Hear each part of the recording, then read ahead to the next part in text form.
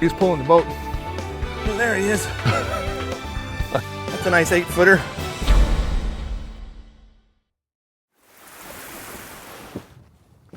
Welcome to the Snake River. We're here in Idaho and we're going to talk about low impact sturgeon fishing, and that means hooking them right, playing them fast, and releasing them easy.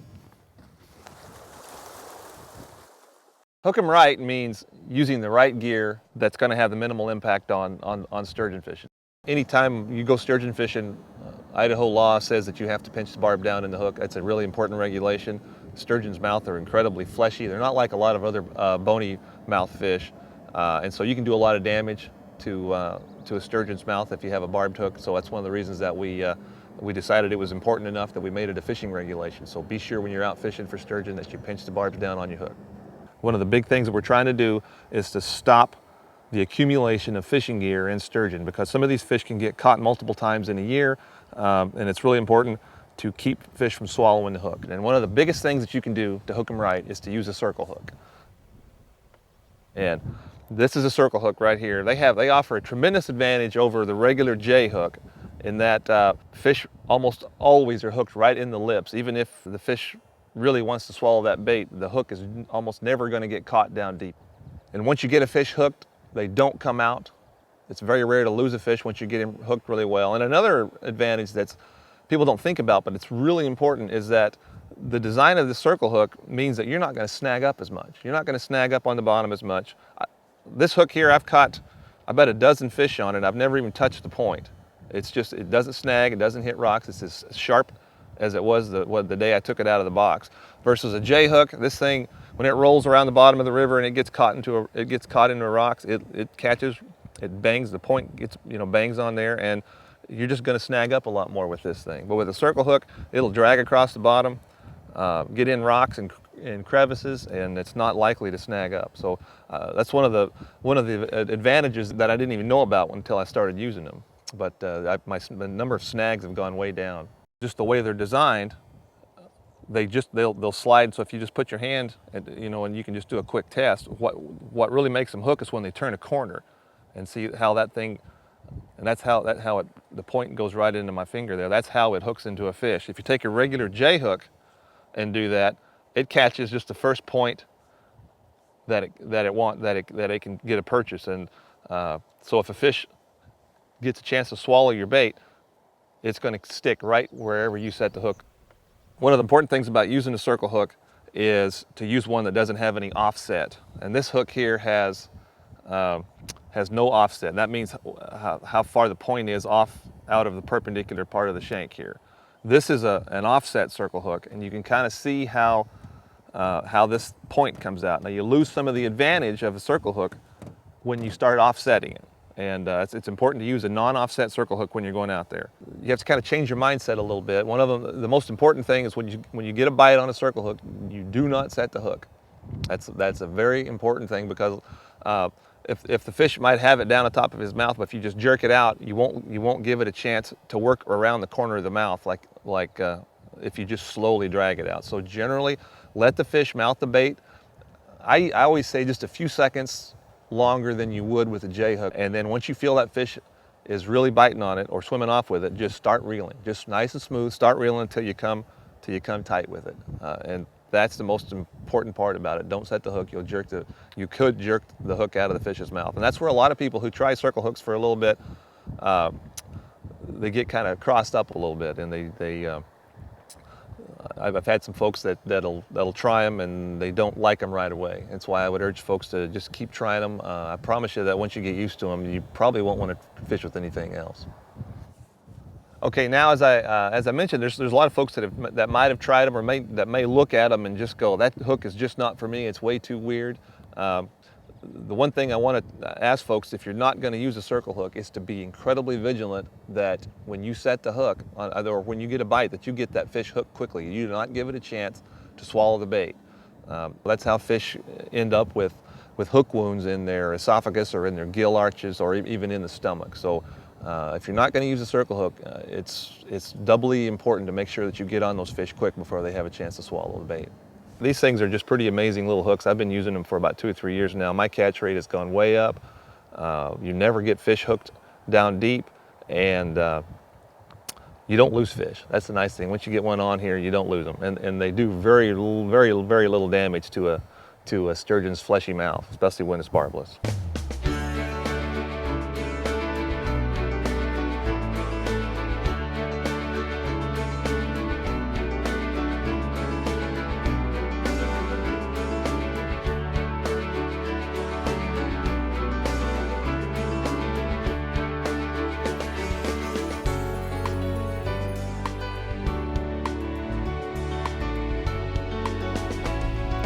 This is a really young fish.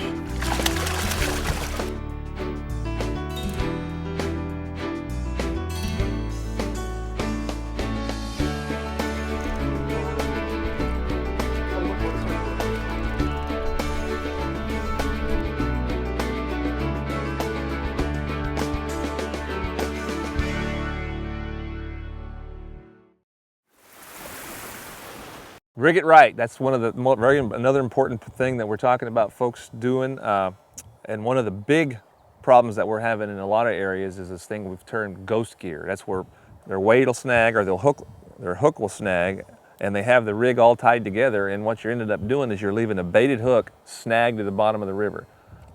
We call that ghost gear. That is almost a sturgeon death trap, and we're certainly urging folks to really do everything you can to avoid leaving that out there. One of the most important things that you can do when you're sturgeon fishing is to rig up a rig where the weight is never connected to the hook, and so you're not leaving a baited hook attached to the bottom if you snag and break off. And there's two critical components to that. One of them is to use a lighter test line to your sinker than your main line, and in this case this is 30-pound test mono that I've tied to my sinker here.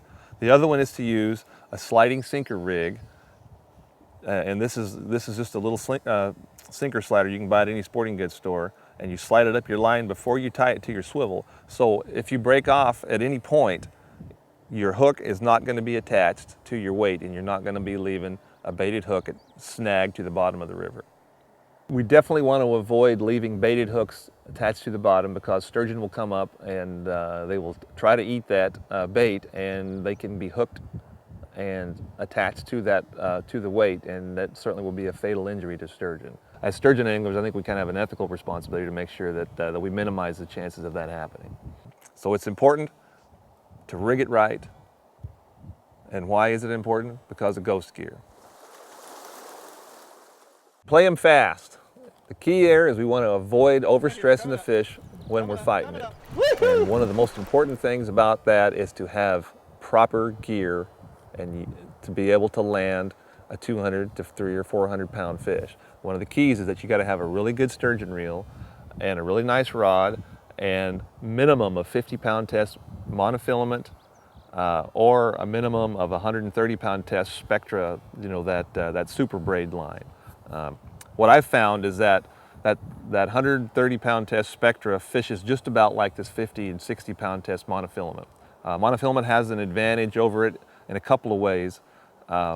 One of them is that it stretches, and some people think stretch is a bad thing, but when you're fighting a 300-pound fish, stretch is really good. It really cushions, shock absorbs when the fish decides to really make a long run.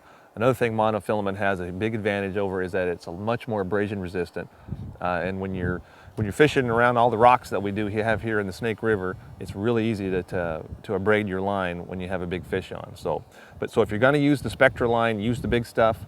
At least 130-pound test line it should be the minimum you consider.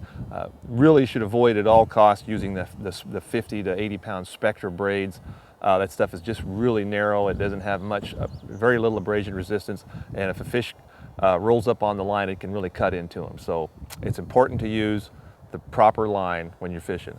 Another thing is important to have is a high quality reel, and there's a lot of real high quality reels out there that don't cost a fortune, but it needs to hold about at least 250 yards of line with a really good drag, because when you get out there and hook onto a big fish, you'll test your drag out really quick, and you need to make sure your reel's up to the challenge. You don't want to be sitting there with broken gears or a burned out drag, and then you'll have to end up breaking a fish off. Feel how hot that drag is. And that brings us back again to the ghost gear problem. So it's really important to use the proper gear when you go fishing. Okay, we've hooked them right, we've played them fast. Now the last bullet in this low impact sturgeon fishing is releasing them easy. And we're going to make sure that when we release this fish, we're going to get the hook out of it, and we're going to make sure that he lives to be caught again and hopefully go spawn and be part of a productive population. Idaho law deals with part of this, and that basically says that you cannot remove a sturgeon from the water, and it's been that way for quite a few years now. So that means don't drag a fish up on the rocks, don't drag a fish up on sandbars very far. Keep the fish in the water, keep the gills in the water at all times. Now it's very important when you're unhooking the fish to have water flowing over the gills and its mouth in the water. After a long battle, when you know, just like anybody is when you go run a long marathon or something, you get lactic acid built up in your muscles, and this fish is no different. And you need to have a little rest period and to regain the strength of the fish to let it before you let it go back out in the current. Because if you let a fish go that's totally exhausted, it's kind of at the mercy of the river, and it can just kind of tumble down river because it's exhausted. So it's always a good idea to take a little bit, and generally the warmer the water, it might take a little bit longer to revive the fish, but it's important to do that. And as long as you have that fish in the water and water is flowing through its gills and into the mouth and out the gills, and its gills are pumping well, just hold on to that fish for a little bit until it wants to swim away. And generally it doesn't take more than a minute or two to do that. But that makes sure that'll really help the fish gain its strength back, and then you'll know that the fish has its best chance to survive after you release it. There he is. Also, do not tie a tail rope around the tail. Some people think that's a real great thing to do, is to tie the fish by the tail, because they think it helps you control the fish. It really doesn't. The best way to hold a fish, to control a sturgeon, is to hold it in the water by its mouth, upside down. If you tie a tail rope around it and he starts thrashing, which they generally will do when you put a tail rope around it. So when you get the fish up, hold them by the mouth, upside down in the water, and they generally will let you revive them until their gills start pumping. And then then you can release them as soon as they're ready to go. And he'll let you know when he's ready to go. Woohoo! I think one of the most important parts about sturgeon fishing is getting a good sturgeon photo. That's one of the most important parts, to take a memory of the trip home when you have a fish that big. The best way to get a good sturgeon picture, remembering that you cannot remove them from the water by law, is to get in the water with the fish. And in the summertime, it's a little easier. When the water's a little colder, it's a good idea to have some waders handy so you can get in the water with the fish. But just remember what you're doing to that fish. Don't drag it up on the rocks, because it's important to make sure that its protective mucus layer around there stays intact, because that's what protects these fish from infections. And when you drag a big heavy fish like that up on the rocks, you're also going to probably open up some cuts, and that also can lead the way to infection. And it definitely stresses the fish out. So keep the fish in the water. If you want to get a really good picture, get in the water with the fish and gently support it. Keep water flowing over the gills at all times, and as soon as it acts like it wants to swim away, let it go. I think he's ready. Choose your fishing spot carefully. Be realistic about your chances of landing a 300 or 400 pound fish, especially if you're fishing without a boat. You want to make sure there's not a big ledge somewhere where the lines are going to get hung on. You don't want to be fishing right above a big rapids that you can't follow a fish down. You want to have a nice big wide area, because sturgeon can take your line quick. Get that anchor ready, because he's heading like a freight train downriver. It's really exciting.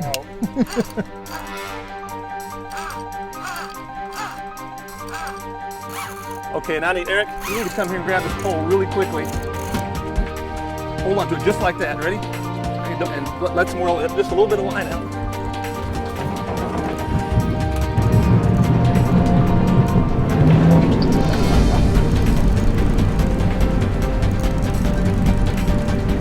Woo, that was close. Good job. That was a good save.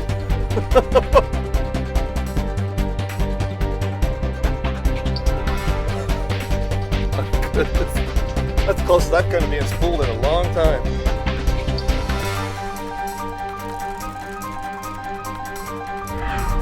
Yeah, he's a big fish, but I can move. There he is. I can move him. Oh yeah, that's a nice 8-footer. Woohoo!